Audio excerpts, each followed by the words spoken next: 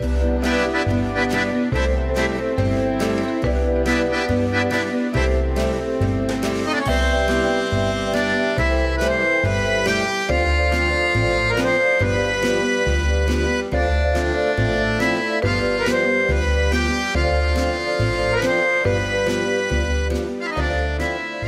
folks, welcome to Board Game Breakfast. Well, this is a busy week.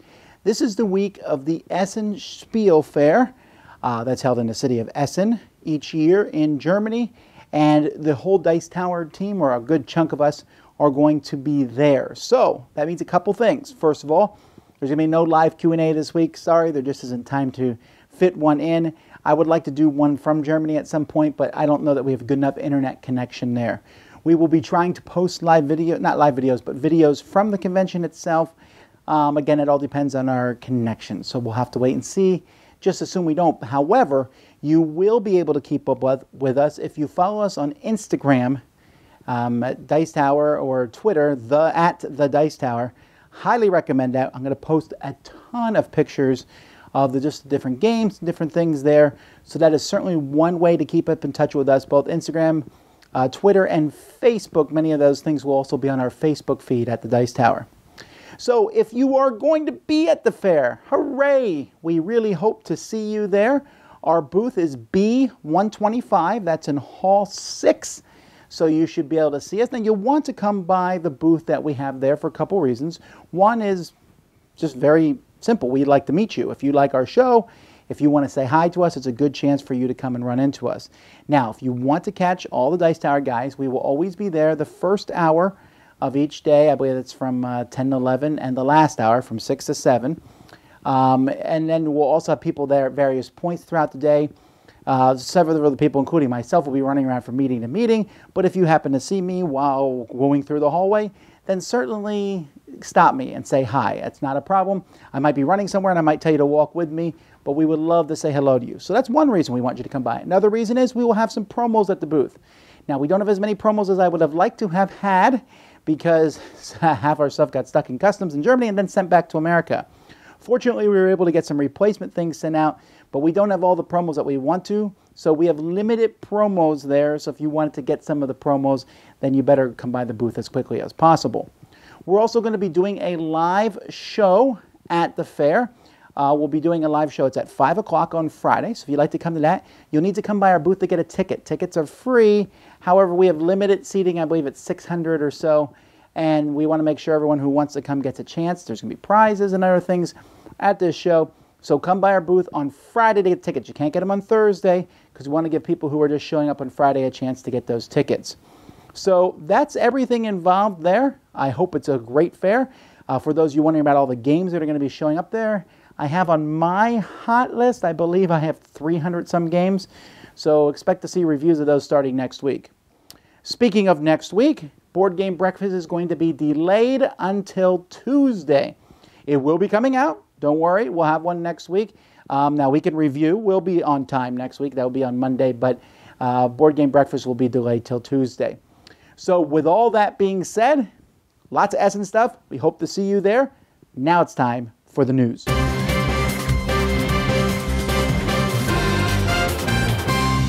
Not a ton of news this week, and that's probably next week you'll hear a whole lot more news. I would imagine several things will be announced next week at the fair itself. But Ares is taking pre-orders for kind of a War of the Ring upgrade kit, like the second edition came out, or maybe you painted your own miniatures and you just want the box and the board. Well, now you have a chance to get that. Memoir 44 is not dead. This was a surprise. They have a new expansion shown here coming. It's another one of their map packs with more miniatures. But this is interesting because I really thought Memoir 44 had kind of faded out, and this shows that it still has legs behind it. Cryptozoic is teaming up with Tower Guard Games to make Train Heist. This is the third train-style game that's come out in the past couple of years. This is a theme. I guess we don't have enough train heist games, really, so this should be hopefully an interesting one.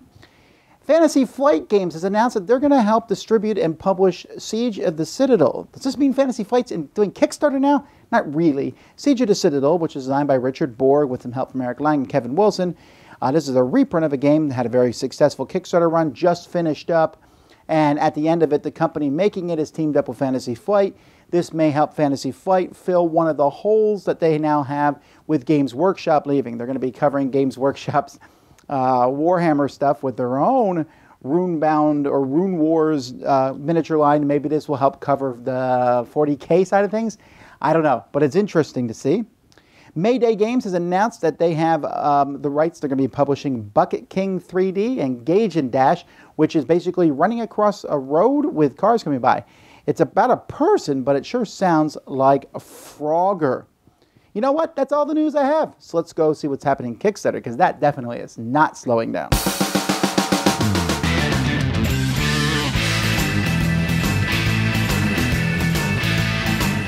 Happy breakfast, everybody! Essen is rapidly approaching, but crowdfunding stops for no convention. So let's take a look at what's happening in our crowdfunding world today. From Small Box Games comes an expansion to Neolithic, which is a 2-player game about growing your prehistoric village. This game features a bunch of my favorite game mechanisms, including hand building, worker placement, and multi-use cards. Neolithic is mechanically simple. You'll either use your villagers to claim some cards or take back your villagers and play a card to your village. As you acquire cards, you'll gain new abilities and innovations to grow your culture. The expansion expands the gameplay variety with a bunch of new cards, including elders that will give each player an ability at the start of the game, and it introduces solo play. As usual, Small Box Games runs very short campaigns, so if Neolithic interests you, make sure to take a look soon. A copy of the expansion is just $15, but if you're new to Neolithic, you can get the base game and expansion for $25. In another short campaign, Ahead in the Clouds is a new entry to the Wallet series from Button Shy Games. This time, there's a compelling 2-player resource management game in a small package that also features really cool art. Players work in the skies using dust to create stone and water to make oxygen, and these elements will fulfill contracts and resources will win you the game. You'll be connecting and breaking apart the sky factories, and who doesn't love a game with a blimp? Ahead in the Clouds requires some coins or tokens as trackers, and while you can use pocket change, there's also an optional token pack in the campaign, and the game is well on its way to unlocking the solo play stretch goal. A copy of this quick, compact, and thoughtful 2-player game takes a pledge of just $13. Unreal Estate from new publisher Grand Gamers Guild has you building a fantasy city in this lightweight drafting game. Mechanically, the game is very simple. You either draft a card from the central market or play cards from your hand. Cards that aren't drafted each round go to a scrap pile. The intriguing part of the game lies in how the cards are scored when you play them, because you have to play all of a type of building you have in hand, and the score is equal to the value of that building multiplied by the quantity of that building in the scrap pile. And of course, there are some special building cards that let you do things like steal from other players or draft extra cards. Unreal Estate has charming watercolor art and can be yours for a pledge of $18. In Pathogenesis, you're bacteria attacking a human body, fighting against the immune system. This is a deck-building game in which you'll build up your protections and maximize the damage you can do and try to win before the body achieves immunity.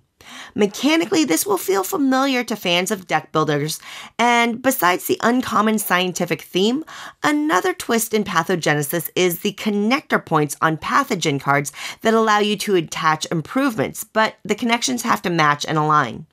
On top of that, Pathogenesis has been designed to include a lot of different play modes, including solo, 2-player co-op, team play, and fully competitive. You can get a copy of the game for a pledge of $39. And last but not least, Skyways is a 3D city building game coming from Eagle Gryphon Games. Players place city building blocks, doubles or singles, and score points based on matching color spaces that connect orthogonally. You can build up or out, scoring as you go, but you also have capital toppers that you can use to block off a building zone. Moreover, the capitals are different heights and provide different endgame scoring bonuses based on the height of the capital multiplied by the size of the zone it caps. Obviously, Skyways looks incredibly cool on the table, and the toy factor is strong, but there's a nice, accessible, abstract foundation to the game. You can get a copy of Skyways for a pledge of $49. All right, that's all I've got for you this episode. Hopefully something caught your eye. And until next time, I hope you have a wonderful week. Hey everybody, it's Rob Orn. I'm here on assignment for the Dice Tower, taking a look at Hurricon 2016. We're going to take a look at some of the miniatures and some of the games that are going on in there, and take a real good look at some of the fantastic paint jobs and things that go on with Hurricon each and every year. So why don't we head inside and take a look. Just a cool look at some of the buildings that are available.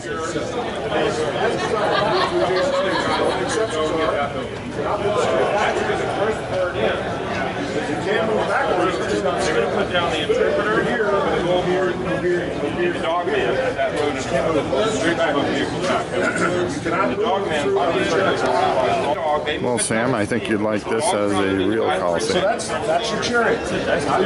It's an actual chariot race. Minimum 20 hands. I'm up 5.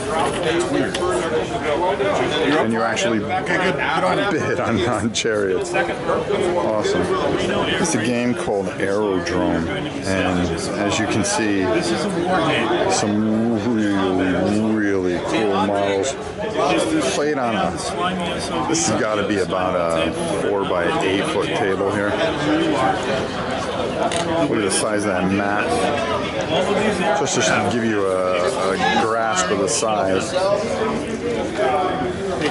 You've got 10 people around that table and it still doesn't get from one end to the other end of the map. You cannot hit and beautiful models. It's got to be in front. Awesome setup. There's no cone of fire. Look at this player board. Just incredible. One up or one down from where you are. Okay? You see, at Hurricon, nothing's done very simple. You don't just take out Space Hulk and play it just on those simple boards. You play it 3D on these ridiculously cool, home-built, everything's built by hand boards. Just, I mean, look at the power cells, Tyranid eggs, walkways. This is all drawn by hand. And this is just, I mean, what can you say? This is just nothing but goodness. And this is the kind of stuff that you get to see at places like this. You know, people just make a lot of this stuff by hand, and it's just incredible. And it's not too hard to do. A lot of this is just paper and cardboard, and just incredibly done. Incredible. And they play Space Hulk in this. And they sit up and make their own scenarios, and it's just gorgeous. I think our old boy will be playing this a little later. Sam, they're using, this is actually a Napoleon version of Memoir 44. And they're actually playing it out this way. This is just absolutely, and Mr. Borg, our hero here,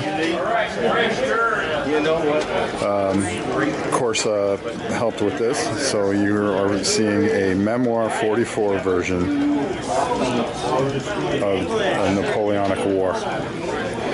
Wow, that's really just cool. There is a slate. And look at this, Lions and Leopards is the name of the game. Just some intense and really detailed. I mean, just look at this stuff.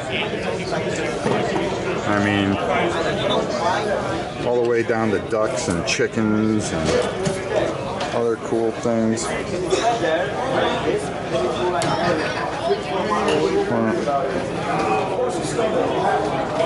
Just very, very well done. Outstanding.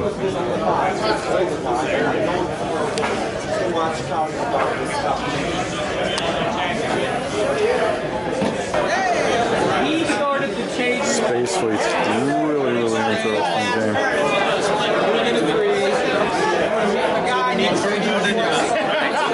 These models are basically, some of them are from, I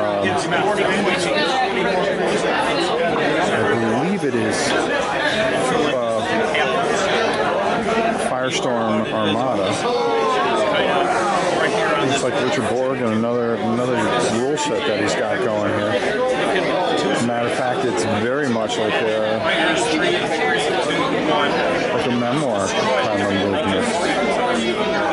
Wow. Yes, and this ship here represents. It looks really, really cool. This one here is the captain ship. So there you have it, a look at Hurricon 2016. What a wonderful display of miniatures and everything this year. Just another great job by everybody and a great time. So until next time, I'm Rob Warren, and we'll see you soon.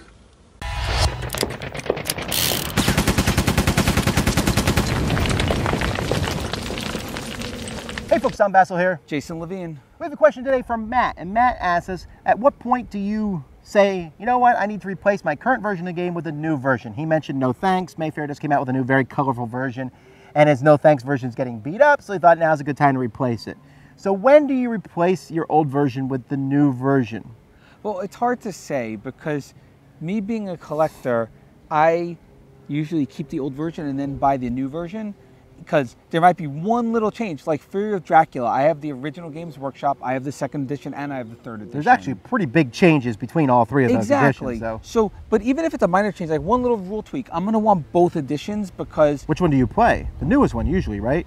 It depends. I mean, like Fury of Dracula, for example, I like the original Games Workshop edition the best. Yeah, but no one agrees with you, so you can't play that with anybody. That could be true. Cosmic's another good example because I love my Mayfair edition, and Tom obviously loves the glitzy pieces in the new Fantasy Flight edition, but I love the Mayfair edition. No one agrees with you on this. I keep telling you that. So I don't know. I mean, and there's always little differences, like the Mayfair edition at Lucra, the Eon edition at Lucra. Okay, well, those are kind of major things. So when it comes to those, you have to decide which version do I like better. But like in No Thanks, the gameplay is exactly the same.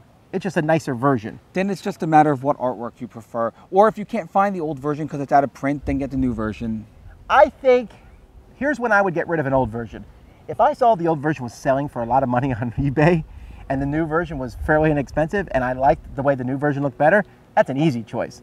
I don't collect. I get rid of that. I get the new version and add some extra money. If I don't play the game a ton, there's no reason to get the new version because I don't play it enough for it to matter. If I love the game and it's all beat up, like for example, I just replaced my Lost Cities with the new version from Cosmos. It's not that the new version is much better, it's just a nicer looking version of the game, but I replaced it because my old version was so beat up and I played it so much that it was just time to replace it. So that's when I would replace stuff. Now, major rule changes, that's a harder one, especially when you have like a bunch of expansions. For the first one, you're like, I have to replace everything. Yeah. You know, that's not always very exciting. Like a Thunderstone. When the Thunderstone 3rd edition comes out, am I going to get rid of Thunderstone Advance? Man, I put a lot of effort into Thunderstone Advance. So we'll see. It's always a tough choice, but, you know, go with what you feel. Me, I like to collect every edition, but again, if you have a choice, like if it was No Thanks, I probably would just keep the original and wouldn't go on to buy the new version, but if the new version had tweaks... Is it really? I haven't seen just the colorful. artwork. I like the colorfulness of it. The original one looks really boring. It's orange and blue. Yeah, but it's, you know, it's a light filler game, so for me, I'm happy with it. But of course, if your cards are worn out, get the new version. Don't try to hunt down these old versions that are expensive. That's definitely not the choice. Hi, this is Mike with the Board Game Makeover. In last week's episode, I showed you how I took Game Right Games Dragonwood and gave it a Pokemon Go theme. And this week, I took it to the next level, and I introduced Pokeballs, and I introduced a Pokestop, and egg incubators. And now, Pokemon Go is no longer a game about using your phone and exercising. Now it's a game about sitting around a table, engaging your friends, stuffing your face with snacks, and playing Pokemon Go, the board game. Let me show you what I did. In this update to Pokewood, I created the Pokeballs using the last of my little mini poker chips. I also finished the 3 different teams, the Team Instinct, Valor, and Mystic. So right now it's a 3-player game, but I'll probably end up changing that to a 4 or 5-player game later. And some of the new rules with this game is you can't just go and fight one of the Pokemon. You have to throw one of your Pokeballs at it. So you'll start with 3 of these.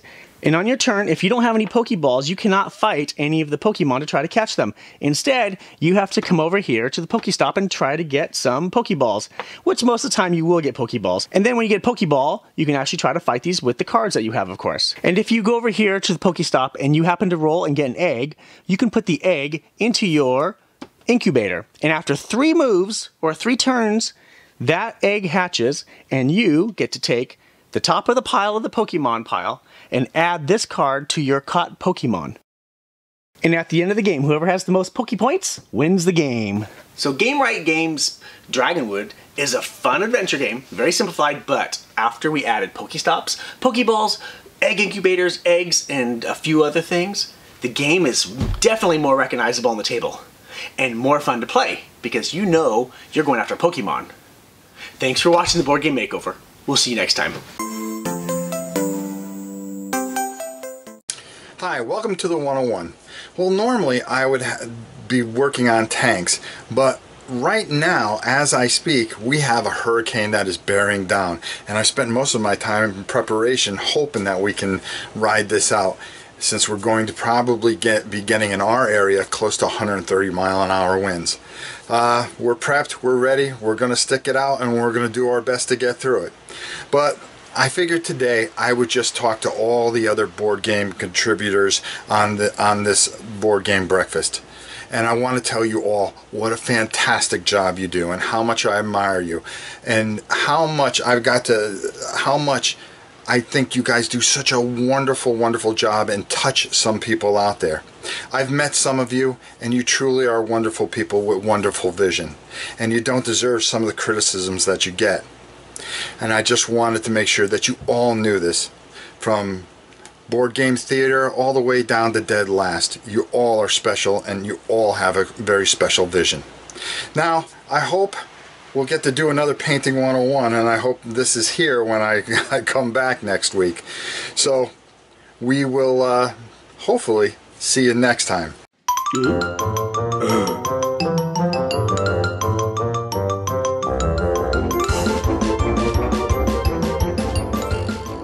Okay, just because we'll be at Essen all week doesn't mean we're not going to be doing a pile of reviews. And if you like to see me do bad reviews, you're going to like this week. Oh, there's some great games, but there's some bad ones too. I'll be taking a look at Raid and Trade, Daedalus Sentence, that's a cooperative game, Castles of Burgundy, the card game. Jason and I will be doing that one.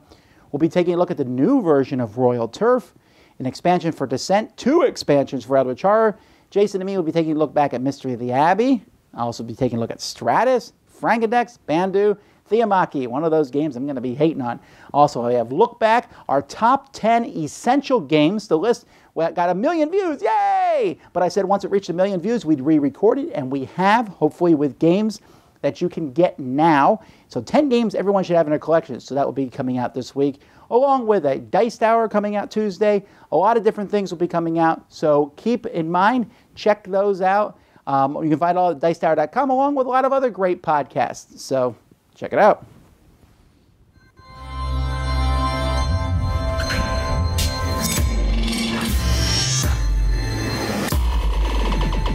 Hello, Chaz Marler of Pair of Dice Paradise here. It's time for another installment of Chaz Marler's Questionable Board Game Science. Today's theory has to do with the simple coin flip, an event with 2 possible outcomes that both have a 50% chance of happening.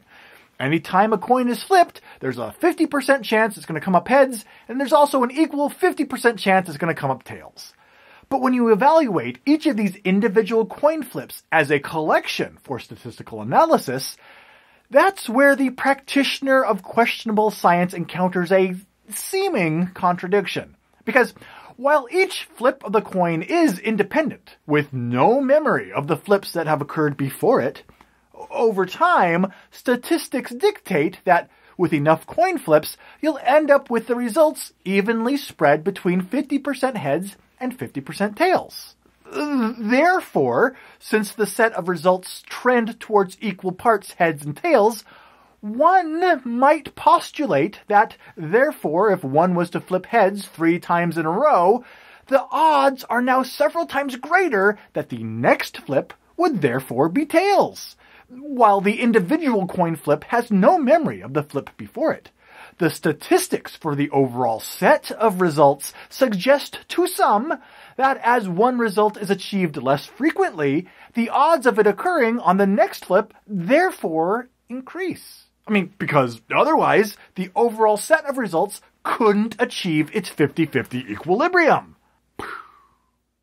Questionable board game science sees this as a contradiction between 2 mathematical philosophies. The first being one that's backed by millennia of arithmetic, and the other being an observation made by the brain's gut. But which one is correct? Well, the first one. But ignoring that, I want to know, have you ever taken this approach of using a statistic against itself to try and beat the odds in a game? And if so, what was your result? The reason I ask is because I recently utilized this very strategy in a game, and I ended up not losing. So let me know in the comments below what your experience has been. And until next time, I will be here hiding under my bed, utilizing questionable board game science to try and make sense of this and other game mechanisms. Hi everyone, and welcome to another segment of Board Gaming with Colleagues with To Die For Games. I'm Mandy, the board gaming pinup girl. I'm Tracy, the gaming maven. And I'm Steph, the games teacher. Do you guys know what Tracy's favorite gemstone is? Amber. And I'm gonna go buy her some during lunchtime! So today we are taking a look at the game Amber, which was created by Tomas Lewandowitz, I hope I pronounced that correctly, and was published by Rebel.pl Games. The game plays for about 2 to 6 players in about 30 minutes. I think that's about accurate. The objective of the game is to be the player with the most victory points after a player has connected their castle to all of the other players' castles and all of the villages on the board. So players will have 6 tiles in their hand secretly hidden, and they'll play one on their turn, connecting a road that's already touching their village and going outwards, trying to get to these various villages and opponents' castles. So I actually really like this game. It's, fairly simple, but it can be a little mean. That shovel is horrible. You can just take someone's tile right out after you work so hard to place it. Yeah, so then you gotta rethink your strategy a little bit. I got lucky in the game last night that we played. I managed to get to a point where the girls were fending each other off, and I snuck in a victory from the side when they weren't paying attention. So yeah. I also really like the colors of this game, like super vibrant, super bright. It's great. Yeah, so definitely a good one to play during the lunch break. I think the colleagues would really enjoy it. So I think that's it for us. Better get to it. We'll see you next time. Bye.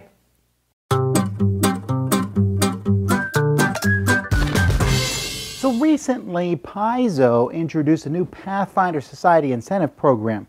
Now, Pathfinder is a role-playing game, but I thought this was interesting and just made me think. What this is an incentive program to promote local gaming stores.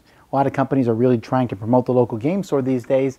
And so they're doing so by basically, when a player buys a certain amount of product at the store, and it's not a very high cost amount, I want to say $10 or more maybe, they will then get a benefit from their Dungeon Master in-game. So it's not a huge benefit, but a benefit that players will get. And this is being hailed as a good thing because it's helping a local game store. Now, it does make me think, I'm a little cautious on these types of things because you're basically saying you pay and you have something better than everyone else. Except in this case, it does seem like it affects everybody at the table, just for me reading over this. So again, I don't know that it's necessarily a bad thing. When you introduce money into a gaming setting, it always can get a little iffy. Now, I mean, the by far biggest culprit in this regard is Magic the Gathering, right? Because if I have more money than you, I can build a better deck than you. There's no question at this point in time. And the Magic players tell me that to have a competitive deck in competitive Magic, you need to spend a minimum of $1,000 or so getting the cards that you need so that you have the best deck that's possible to be built. And other games, if you have more money, you might be able to do better than someone else. Although, like in a miniatures game, you all have access to the same miniatures. But you always have to be cautious in this regard. Are you giving someone an edge? And I don't think you're giving someone an edge because it's everybody working together. But when you bring money into a game, how does that change the game? Now, originally in Magic the Gathering, there were rules of ante, where players would ante up some of their cards, and if you lost, if someone else won or you won and someone else lost, the winner would get cards from the other person. You can see how this could be a very bad thing, and it certainly changes the very tenor of the game. Money certainly will change the tenor of a game. You tell someone that you're not a big fan of poker, and they'll say, well, do you play with money? Because if you don't play with money, poker is not that good of a game. And most of the people I've talked to say poker is a fun game as long as there is money involved. And one of my gaming friends told me in the group that he played in that they would bet on many of the games. Now, is this a wise idea to put money on games or to put any kind of thing on a game? Can you imagine if I'm playing a game with you, I'll say, hey, we're going to play Star Wars Rebellion, and the game is on the line. All right, whoever wins gets the game. Now, this happens, of course, and where there are prizes for tournaments and things, but I have found that in any kind of gaming situation, when money enters the scenario, when there is a bet to some degree to see who will win the game, people play differently. One of the reasons that I left Warhammer 40,000, I used to play Warhammer 40,000 when I had just graduated from college, and I liked the game. I wasn't a big fan of the models or putting them together. It was okay, but I liked the idea of building armies and going up against other people. But the tournament scene left me really cold because in the tournament scene, everything mattered. I ran into the first instance where it was cheese, where someone did tactics, which I said, that doesn't seem like that would actually really happen in a battlefield, but it helped them win the game. And I've noticed that tournament play promotes this.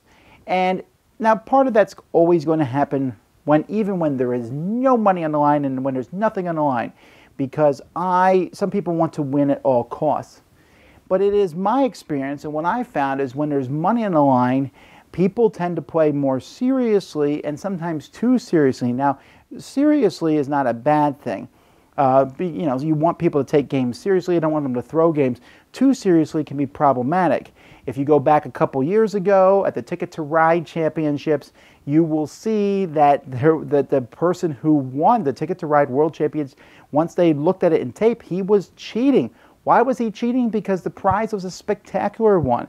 A trip that was in the thousands of dollars worth to travel around the world and see different things. That's a pretty cool prize, but it made that person act differently.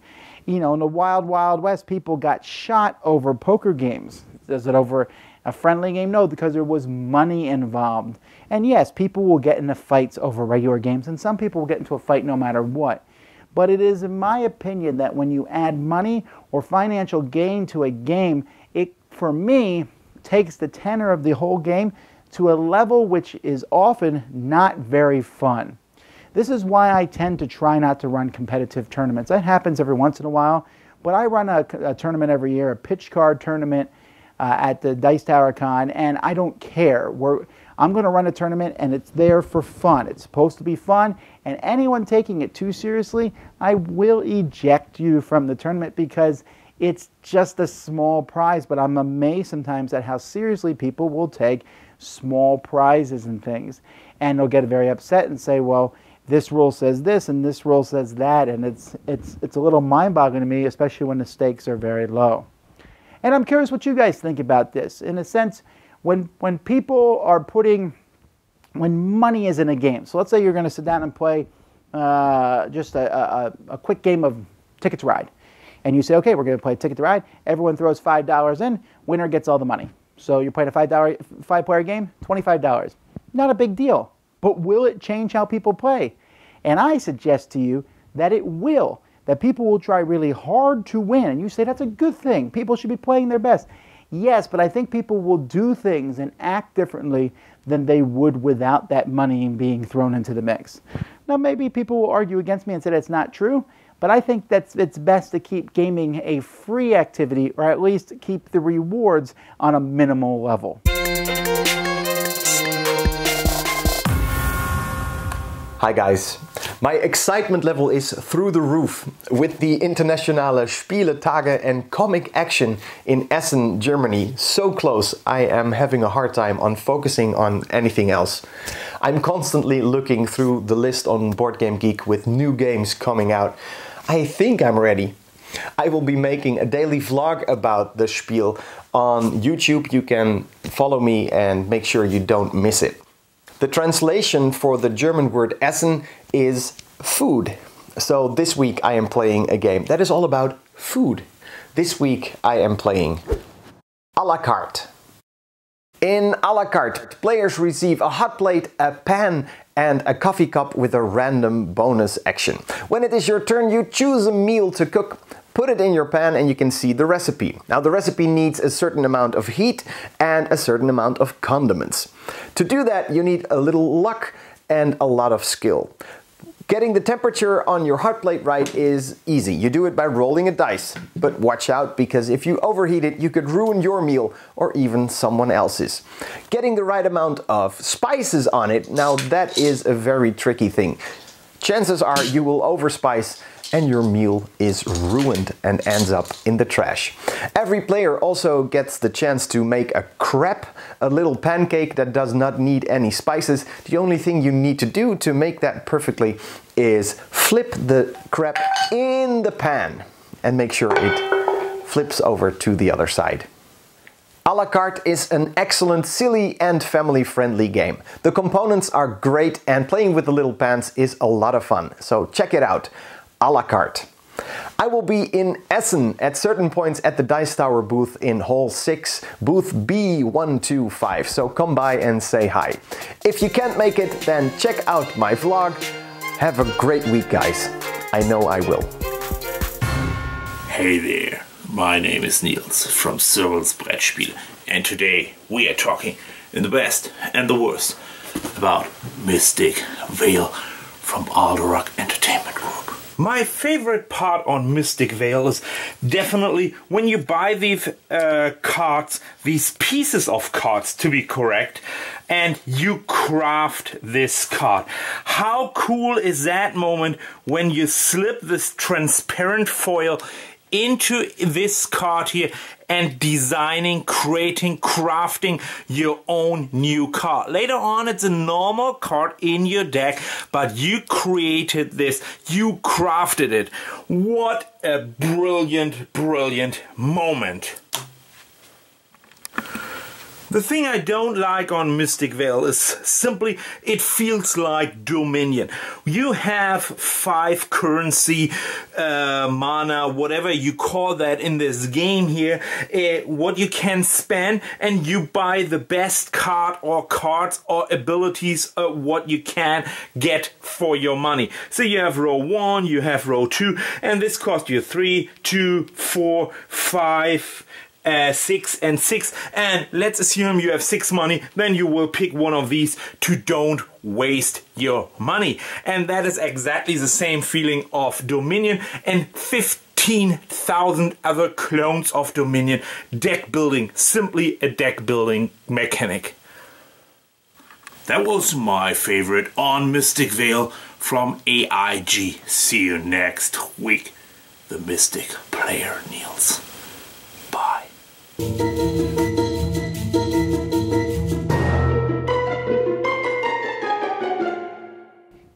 Hey folks, this is the beginning of a series of how to make classic games better. Sometimes we take a look at these old games and we say, you know, they're not very good, but maybe there's a small tweak to make them better. Now this is not going to be a very long series, but maybe you have something you can email me at dicehour@gmail.com and you have an idea of yourself, and if I like it, I'll show people. So how to make classic games better? Well, today we'll start with a very classic one, tic-tac-toe. Now I don't take the credit for any of these. This is something I read in a magazine once. Now we all know that tic-tac-toe is a problematic game because it's really unsolvable, and I'm sorry, not solvable, but it's not winnable. However, you can make it a little bit more interesting by making a tic-tac-toe that is a grid of tic-tac-toes. So let's start with these. And the goal of this game is to win any single tic-tac-toe. So let's say I'm the O's. So I'm going to put an O here in this one. Now I look at the position of the O. Since the O shows the center right spot, that means the X player, the next place he has to play is over here. So maybe he'll play in the middle, which means the O player has to play over here. So maybe O goes here, which means X has to play in the middle now. So X goes up here, which forces O to go up here somewhere. O goes there, which puts X here, which puts O back in the middle, which puts X over here, which puts O in the middle, and O wins. Now that's a very simplified game. Hopefully X would not be that bad of a player. But that's how you play. When you put, if I put an X down here, the next one's going to be in the same spot. Maybe O then goes up there, which puts X up there, X goes here, and so on and so forth. It's really simple to play, and yet offers a whole pile of depth and intrigue that regular tic-tac-toe does not have. Now granted, you can't do these in a small corner of a book. You'll probably need a whole sheet of paper like I just showed to do it. But it does add some more depth to the game. Is this solvable? Probably. I just remember seeing this one time in the magazine, I played it, and I won't go back to regular tic-tac-toe since. Anyway, if you have ideas of how to spice up classic games, send them to me at dicetower@gmail.com.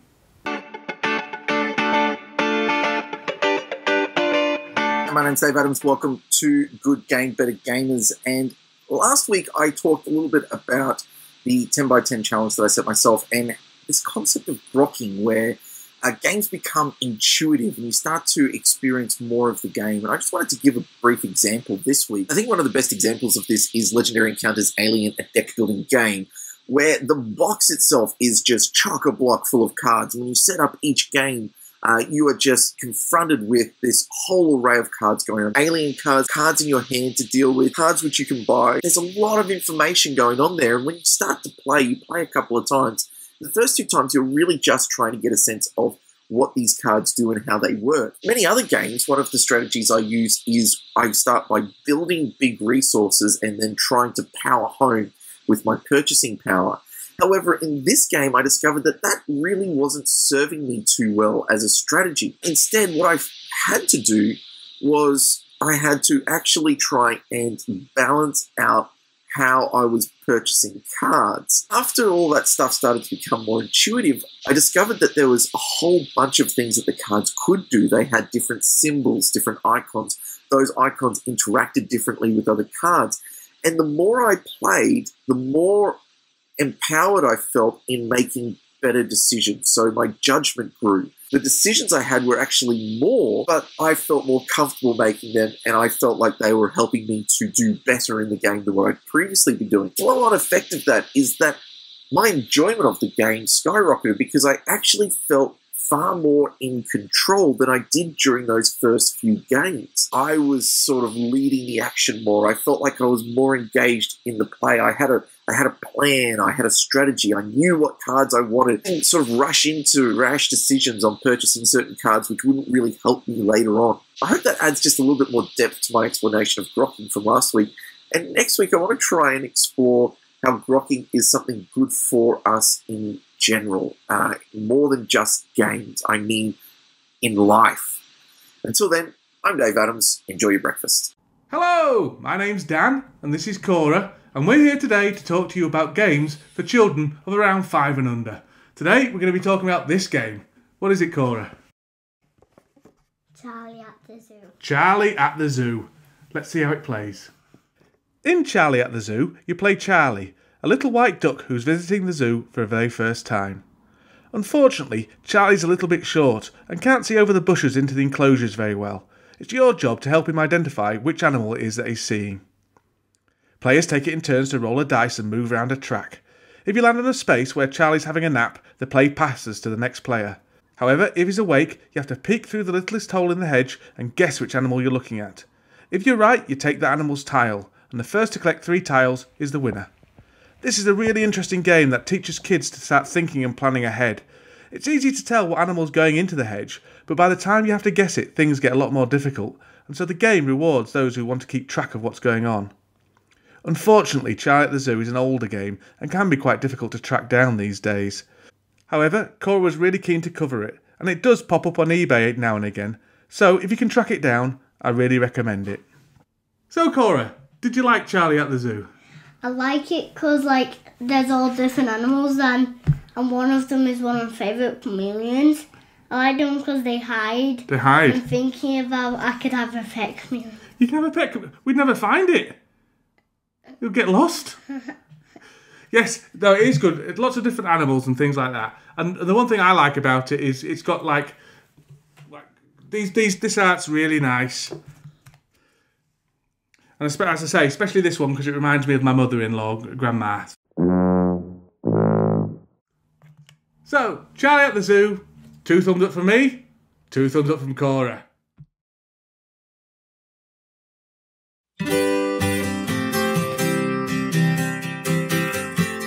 So this is another video in that series about games that I kinda don't think get talked about much anymore, kinda. Really. That is not catchy. Chinatown is a 3 to 5 player game by designer Karsten Hartwig. It's a tile placement, set collection, city building game, and it uses some of my all-time favourite mechanics, such as shouting at people, lying to your friends, and arguing. At the heart of this game, you're trading and negotiating your way to victory by placing sets of businesses out onto a grid to earn more money. Chinatown encapsulates what I love most about playing board games with other people. It's completely social. It ends up being more funny than most party games. It's more interactive than most co-ops. It's strategic. It's tactical. You will have to do some maths. Alright? So there is that. Chinatown really is one of those games that helps you get to know your friends better and create stories and memories that you'll have for a long time. It's individual, almost unique, and if I had a gun to my head, I might even say that Chinatown is my favourite game of all time. And that's coming from someone who loves big, heavy, dry Euros, where everybody in the room needs to shut up so I can work out how to trade this pig for coal in the best way possible, alright? Shut up. This is incredibly important. And Chinatown is absolutely nothing like that. It's an amazing and unintentionally hilarious and incredibly deceitful game, and I love it. So there. So let me know what you think about Chinatown in the comments, and if you know of any other games that does what Chinatown does better. Thank you. And that's it for Board Game Breakfast, folks. Thanks so much for watching. If you're going to be at Essen, certainly we hope to see you there. And if you're not, pay attention to our Instagram and Twitter feeds, and we'll try to put up as much stuff as we can. It's going to be a good week. It's going to be a fantastic year. Thank you for all those people who worried about us when the hurricane came through. As you can see, we're perfectly fine. It did, though, affect quite a few people on the East Coast of the United States, so keep those people in your thoughts and prayers, especially those down in the islands, down in Haiti and such, because they really did get nailed by that hurricane. All right, well, we have a lot to do. I need to go pack, so I'll talk to you all later. See you next week. Remember, one day late next week. Until then, I'm Tom Vasel, and this has been Board Game Breakfast. Thanks for watching Board Game Breakfast. Tune in each week for your daily dose of gaming goodness with Tom Vasel and all the gang. Until next time, I'm Eric Summerer, and you've been watching Board Game Breakfast, a Dice Tower production, sponsored by Cool Stuff Inc., an amazing place to buy board games. Cool stuff in stock at CoolStuffInc.com.